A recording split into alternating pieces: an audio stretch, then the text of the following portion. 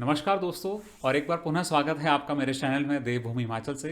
दोस्तों, आज के वीडियो में मैं आपको बताऊंगा केमद्रुम दोष क्या होता है, इसके क्या परिणाम होते हैं, और अगर आपकी कुंडलियों में इस दोष का निर्माण हो रहा है तो क्या रेमेडीज करके आप इसके प्रभावों को कम कर सकते हैं। आइए दोस्तों, शुरू करते हैं।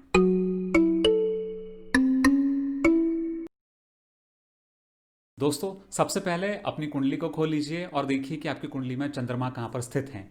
अब देखिए कि चंद्रमा के साथ, चंद्रमा से एक घर पीछे और चंद्रमा से एक घर आगे क्या कोई ग्रह बैठा है। अगर नहीं, अगर ये तीनों ही घर खाली हैं, चंद्रमा बीच में अकेले बैठे और उनके आगे पीछे के घर खाली हैं, तो आप समझ लीजिए कि आपकी कुंडली में केमद्रुम दोष का निर्माण हो रहा है। अब यहां से आपको एक चीज और चेक करनी है। आप देखिए कि लग्न से और चंद्रमा से पहला, चौथा, सातवां और 10वां घर, क्या इन घरों में कोई ग्रह बैठा है। अगर ये घर भी खाली हैं, इनमें कोई ग्रह नहीं बैठा है, तो फिर केमद्रुम दोष आपके लिए अत्यधिक पीड़ादायी होगा। ये आपको अत्यधिक मानसिक और शारीरिक पीड़ा देगा ही देगा। तो दोस्तों, ये तो था कि केमद्रुम दोष कैसे बनता है। अब बात करते हैं इसके परिणाम के बारे में। दोस्तों, केमद्रुम दोष जिन लोगों की कुंडली में होता है, उन्हें अक्सर नेल बाइटिंग करने की आदत होती है, उनकी लो सेल्फ एस्टीम होती है, पब्लिक स्पीकिंग अच्छी नहीं होती, स्टेज फियर उनके अंदर होता है, मेंटल डिस्पोजिशन उनका वीक होता है, और उनके अंदर माइग्रेन की शिकायत, जो एक सिरदर्द का टाइप होता है, एक हेडेक का टाइप होता है माइग्रेन, उसकी शिकायत भी केमद्रुम दोष से पीड़ित लोगों में अक्सर देखी जाती है। इसके अलावा दोस्तों, मैंने अपनी पर्सनल प्रैक्टिस में जो सबसे जो मैंने पाया है केमद्रुम दोष से पीड़ित लोगों के बारे में, वो ये है कि इस दोष से जो पीड़ित लोग होते हैं, उनके अंदर sense of fulfilment, sense of contentment या आत्मसंतुष्टि और संतुष्टि की भावना नहीं होती है। इसकी वजह से, केमद्रुम दोष की वजह से इन लोगों में एक आदत होती है कि इन्हें जीवन में जो भी मिला है ये उसको देखते नहीं हैं, उसको इग्नोर करते हैं और सिर्फ उन चीज़ों की तरफ फोकस करते हैं जो ज़िंदगी में इन्हें नहीं मिली हैं। फॉर एग्जाम्पल, इस दोष से पीड़ित अगर कोई व्यक्ति है तो वो 10 करोड़ के घर में रह सकता है, लेकिन फिर भी उसकी शिकायत ये होगी कि मेरे पास 50 करोड़ का घर क्यों नहीं है। इस दोष से जो पीड़ित लोग होते हैं, वो कभी भी अपने से नीचे समाज का जो तबका है या उनसे कम प्रिविलेज जो लोग हैं उनको नहीं देखते हैं। वो हमेशा अपने से ज़्यादा प्रिविलेज लोगों को देखते हैं और इस बात को लेकर दुखी रहते हैं कि मैं ऐसा क्यों नहीं हूँ, मुझे ऐसा क्यों नहीं मिला। यानी कि ये संतुष्टि कभी एक्सपीरियंस नहीं करते हैं। अब अगर दोस्तों संतुष्टि आप जीवन में एक्सपीरियंस नहीं करेंगे तो मानसिक पीड़ा से आप आजीवन गुजरते रहेंगे। इसके अलावा इस दोष से पीड़ित लोगों को आप अक्सर लाइफ में कुछ सेंटेंसेस का यूज़ करते हुए सुनेंगे, जैसे कि मेरी तो किस्मत बहुत ख़राब है, मैं लोगों की बहुत हेल्प करता हूँ, मेरी कोई हेल्प नहीं करता, मैं जो डिज़र्व करता हूँ वो मुझे नहीं मिलता, या मैं बहुत कोशिश करती हूँ कि मैं लोगों के साथ रिलेशनशिप बनाऊँ लेकिन वो हमेशा टूट जाती हैं, जबकि मेरी गलती कभी नहीं होती, मैं एंड ऑफ द डे में हमेशा अकेला रह जाता हूँ, मेरा कोई दोस्त नहीं है, मैं लोगों के लिए अच्छा करता हूँ लेकिन मेरे साथ गलत हो जाता है।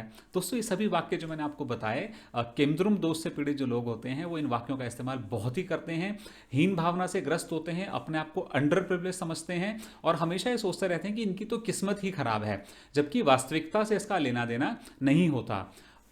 कई बार तो मैंने देखा है कि लोग बहुत ही फाइनेंशियली स्टेबल फैमिलीज से आते हैं, बहुत अच्छे अमीर धनाढ़ वर्ग के लोग होते हैं, और वो अपने बारे में इस तरह की बातें करते हैं कि मेरी तो किस्मत ही खराब है, मुझे तो जीवन में मिला ही कुछ नहीं।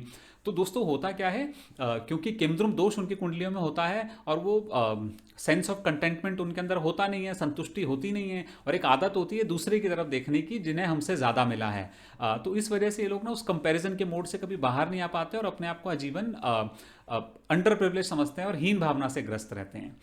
अब दोस्तों, बात करते हैं कि इसकी क्या रेमेडीज हो सकती हैं। दोस्तों, क्योंकि ये एक ऐसा दोष है जो चंद्रमा के कारण बन रहा है, तो चंद्रमा रिप्रेजेंट करता है आपकी बॉडी में आपकी लिक्विडिटी को और your relationship with ladies in life. Ladies जो आपकी माँ या माँ के समान लेडीज हैं, उनके साथ आपके रिलेशनशिप को। तो अगर आप इस दोष से ग्रस्त हैं या इसके नेगेटिव प्रभाव जो मैंने आपको बताए हैं, आप कोई भी एक्सपीरियंस कर रहे हैं, तो दोस्तों सबसे पहले तो आपको अपने बॉडी में लिक्विडिटी बना के रखनी है और ऐसा कोई भी काम नहीं करना है जिससे आपकी बॉडी डिहाइड्रेट हो। फॉर एग्जाम्पल, आपको सोडा का सेवन नहीं करना है, अल्कोहल का सेवन नहीं करना है, आपको गर्म एनवायरनमेंट में ज़्यादा टाइम नहीं रुकना है, गर्मी, शरीर में गर्मी देने वाली चीज़ों का सेवन आपको नहीं करना है, कोई भी चीज़ जो आपके शरीर से पानी को कम करे वो आपको नहीं करनी है, वरना आपको केमद्रुम दोष बहुत नुकसान करेगा। इसके अलावा आप अपनी माता का या माता तुल्य जितनी भी स्त्रियां आपके जीवन में, उनका सम्मान करें, उनसे वाद विवाद ना करें और उनसे किसी भी प्रकार का विवाद करने से बचें। अगर सामने से भी कोई विवाद की वजह बनती है, आप उसको इग्नोर करें और एक अच्छी रिलेशनशिप स्टैब्लिश करें अपनी माता जी के साथ और माता तुल्य सभी स्त्रियों के साथ जो आपके जीवन में हैं।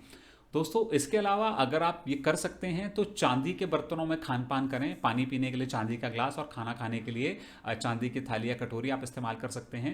इसके अलावा एक बहुत अच्छी रेमेडी जिसका मैंने बहुत अच्छा रिजल्ट देखा है, अगर आपकी माता जी ने कोई चांदी की ज्वेलरी पहनी हुई है तो उसको उतरवा कर आप धारण करें। जैसे कोई चेन हो सकती है चांदी की जो उन्होंने पहनी है, और उनकी पहनी हुई चेन को आप पहने, उससे आपको बहुत आराम मिलेगा। इसके अलावा दोस्तों, मेडिटेशन बहुत कीजिए लाइफ में।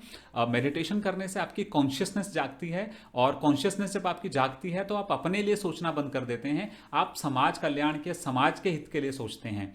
और आप देखिए, केमद्रुम दोष में जो आपकी सबसे बड़ी समस्या होती है, क्या आदमी बहुत सेल्फ सेंटर्ड होता है और वो अपने से बाहर नहीं सोच पाता है, अपने से नीचे नहीं देख पाता है, ऊपर ही देख पाता है हमेशा। तो जब आप मेडिटेशन करते हैं, कॉन्शियसनेस आपके अंदर आती है, तो उसके बाद आप समाज कल्याण के लिए, अपने आसपास के लोगों के कल्याण के लिए सोचते हैं, तो ये केमद्रुम दोष आपको फिर कम परेशान करता है।